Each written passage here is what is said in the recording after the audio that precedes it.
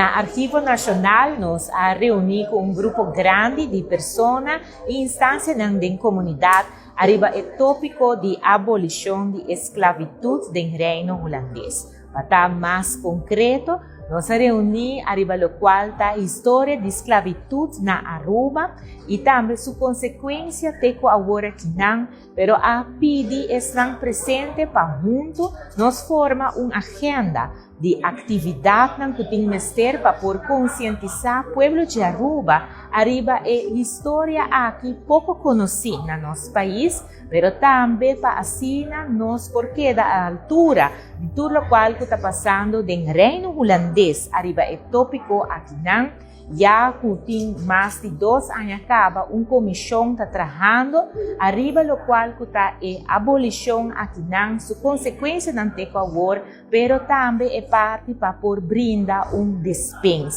dispensa para o qual passa em história, forma base de lo qual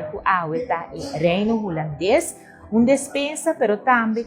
para por dar uma reparação para isso aqui. E mais claro, aqui na Aruba também é tópico aqui, lo tem que vir tópico com nos tour, tem que papi arriba de, e pensei, me está muito contento de mirar multitud grande que vini para o chamado para nós começar o diálogo, que está começar em grupo chiquito aqui, pero que lo amplia proximamente em nossa comunidade. Pues nós a começar com o diálogo sobre o tópico aqui de esclavitud na Aruba, e também do quadro de abolição de essa aqui mais de 160 anos passar, mas também do quadro de dispensa, que eu quero guardar dentro do reino holandês.